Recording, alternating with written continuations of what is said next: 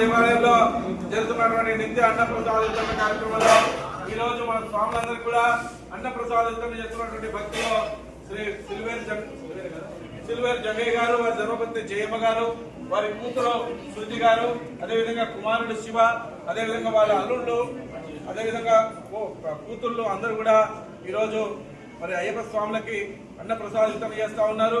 వారికి వారి కుటుంబానందరికీ కూడా అయ్యప్ప స్వామి ఎలవేళలు అనగా ఉండి ఆయురారోగ్యాలు అష్టైశ్వర్యాలు ఇవ్వాలని వారు ఏ కోరికతో అయితే మన స్వాములకు భోజనం పెడుతున్నాడో ఆ కోరిక త్వరగా నెరవేర్చాలని మనం అందరం కూడా ఒక్కసారి అయ్యప్పని వేడుకుందాం. స్వామి స్వామి